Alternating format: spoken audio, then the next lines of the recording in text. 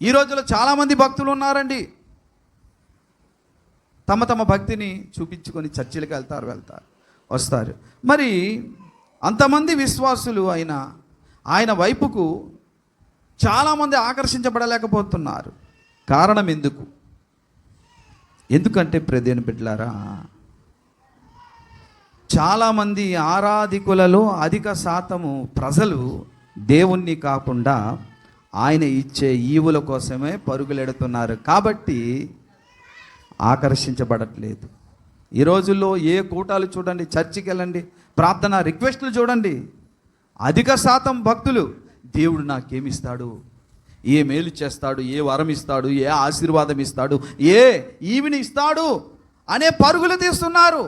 ఉజ్జీవ కూటం పెట్టనండి, చర్చికి వెళ్ళనియండి, ప్రార్థనలు చేయనండి, వ్యక్తిగతంగా ప్రార్థన చేయనివ్వండి, వాళ్ళు ఏ మనస్సుతో పరిగెడుతున్నారు అనుకుంటే దేవుడు నాకు ఏదో ఒక వరాన్ని, ఆశీర్వాదాన్ని, ఈవిని అనుగ్రహిస్తాడని ప్రజలు పరిగెడుతున్నారు. కాబట్టి వరాలను చూస్తున్నారు, కానీ వరాల దాతను ఎవరు కూడా నువ్వే నాకు కావాలి, నాకు స్వాస్థ్యంగా నువ్వు దక్కితే చాలు ప్రభువా అన్నవారు ఎక్కువ శాతం భక్తులు లేరు.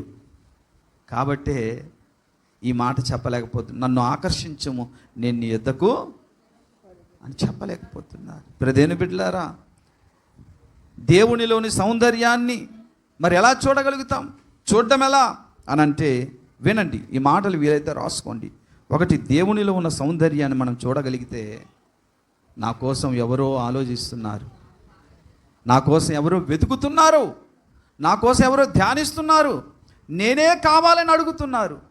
ధనమును కోరలే, తమ చుట్టూ ఉన్న సమాజంలో అందచందాల్ని కోరలే, నన్నే కోరుతున్నావు భక్తుడు అనగానే ఈయన మనసంతా కూడా ఆ భక్తుని వైపు. ఎక్కడ కోట్లాది మంది ప్రజల మధ్య ఉన్నా సరే తన మనసు అటువైపు వెళ్ళిపోతుంటుంది, ఈ భక్తుని మనసేమో అటువైపు వెళ్ళిపోతుంటుంది.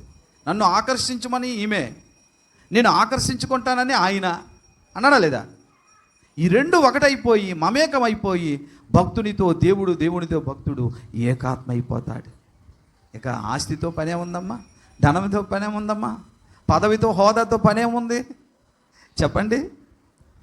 అరే, విశ్వాన్ని చేసినటువంటి సృష్టికర్త అయిన దేవుడు వస్తువులు ఇవన్నీ మనకి ఇచ్చాడు, కానీ సృష్టి కాదు నాకు కావలసింది, సృష్టికర్త అయిన దేవుడే నాకు కావాలి. హల్లెలూయా.